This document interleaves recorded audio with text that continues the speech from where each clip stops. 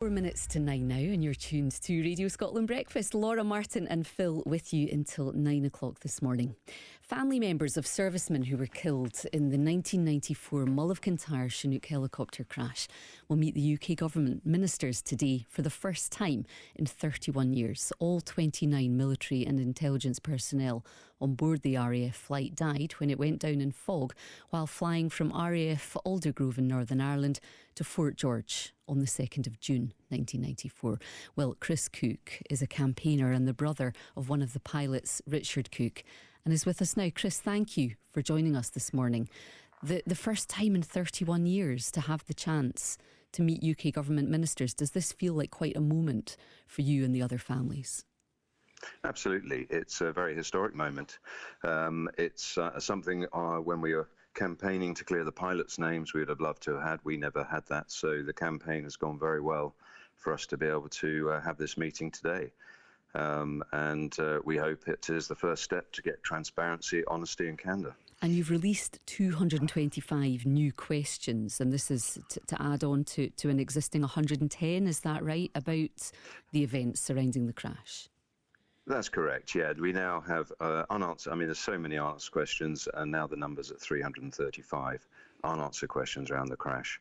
And in summary, overall, it is why a non-airworthy aircraft was used for this flight. Why was it in service, and why was it used for this flight? Because these are sort of bits of information that have really only come to light in recent years. And all the families deserve answers. You want a judge-led inquiry. Would that require what you also want, which is that the files on this crash are released? Indeed, yes. So an independent judge-led public inquiry would mean all the information that exists can be inspected, not necessarily by the family members, but obviously by people we trust in the legal profession to see what is known. The fact the files were locked away for 100 years only came to light early last year, and the BBC documentary was released, and none of us were aware of that. And it just seems very suspicious that the files, which were initially locked away for, I think it was 15 years, then 30 years, were then, it was extended to a 100-year period, and we're not aware of any other example where official files have been locked away for that length of time. And back in October, the UK Government rejected your request for an inquiry. What do you think ministers are likely to say to you today, and why do you think they've chosen to speak to you now? Well, I think it's as the campaign's gathered pace, and we have got publicity. With the petition, we have well over 50,000 signatures. A lot of people feel very strongly that the families deserve justice and the truth about what people know. So I think the campaign's gathered pace, and I think pressure has come on, and we've had getting great support from within Parliament, from various MPs, and so they've now agreed to meet us. We're very pleased about that, and we hope that this will be the first step for them to see that what's really required is an independent judge-led inquiry. The UK Government said that analysis of airworthiness 31 years on is unlikely to shed meaningful light on the circumstances of the accident, nor achieve any practical benefit. How would you and the other families respond to that? Well, I think the families deserve more than that. 29 people were killed when this aircraft impacted the Mull of Kintyre. There were no survivors, therefore there was nobody on board who can give any witness to it. There was no cockpit voice recorder, no flight data recorder, which as a commercial pilot, I find beggars belief that they were not fitted to the Chinook fleet at the time.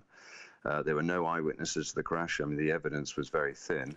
And then we know what happened when they blamed the two pilots for gross negligence. And from my point of view, with everything I see now, I think it was a cover-up from day one. So we deserve answers. These 29 people served their country with great distinction, great bravery, and their families also are part of that, serving the country by supporting those that do serve, and they deserve better. And 30 years on, Chris, presumably you and the others involved in the campaign are every bit as committed to trying to find out more than you as you've ever been.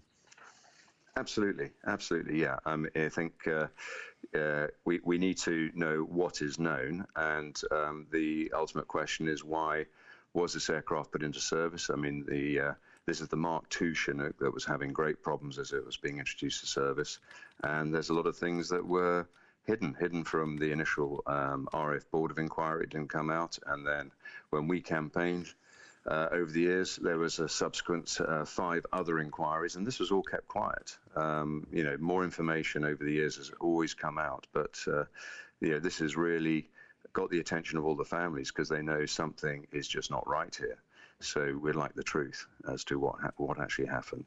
Well, Chris, thank you for your time this morning, and we will hear, I'm sure, from you later on about how the meeting goes. But thank you so much for your time this morning. Chris Cook there. Well,